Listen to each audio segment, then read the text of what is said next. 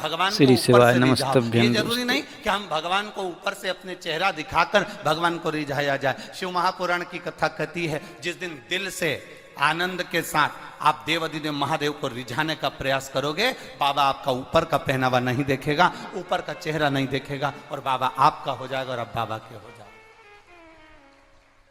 बाबा आपके हो गए, आप बाबा के हो गए। मत दिखावा नहीं है मेरे शिव के पास में, उनके पास में दिखावे का काम है।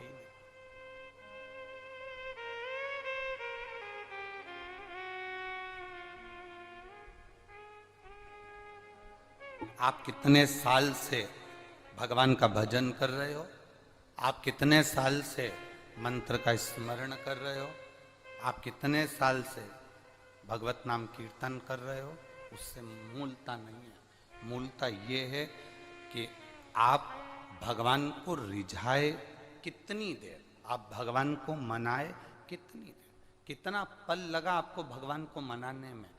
हमारे यहाँ पहले के विवाह और आज के विवाह में अंतर होता है। पहले के विवाह जो होते थे, लड़की चाय की ट्रे लेकर आती थी, रखती थी, एक क्षण के लिए निगाह मिलती थी और विवाह पक्का हो जाता था।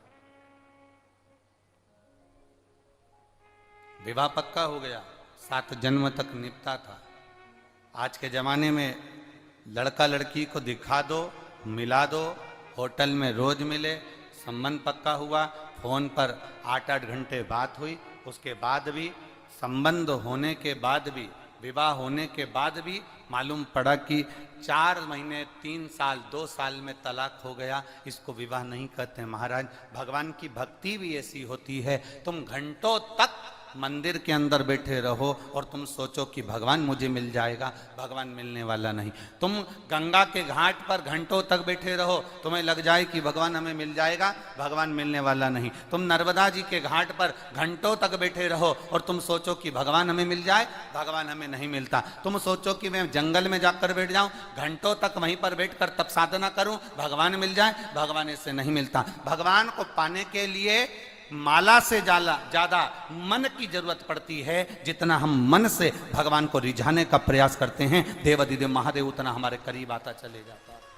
राम कृष्ण को पाने के लिए आप माला से ज्यादा मन को भजने का प्रयास करें, मन से परमात्मा को रिझाने का प्रयास करें। जितना जितना आप परमात्मा को रिझाने का प्रयास करेंगे, उतना उतना परमात्मा आपके नजदीक आता चला जाएगा।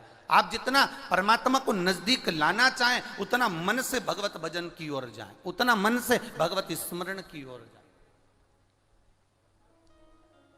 वो हमारे करीब आता चले जाए, वो हमारे नजदीक आता चला जाए।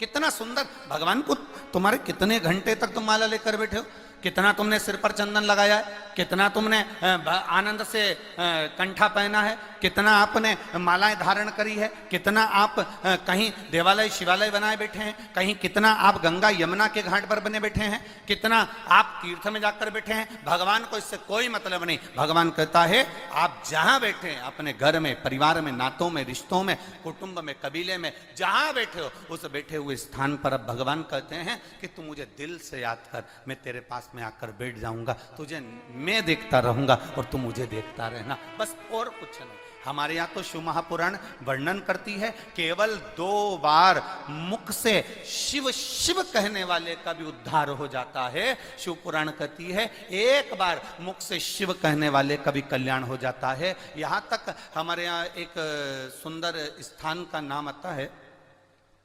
महाबलेश्वर। क्या नाम है? जम के बोलो जरा सा। महाबलेश्वर। लोग उसको हिल स्टेशन भी मानते हैं, लोग जाते हैं वहां पर। आप में से कोई गया है?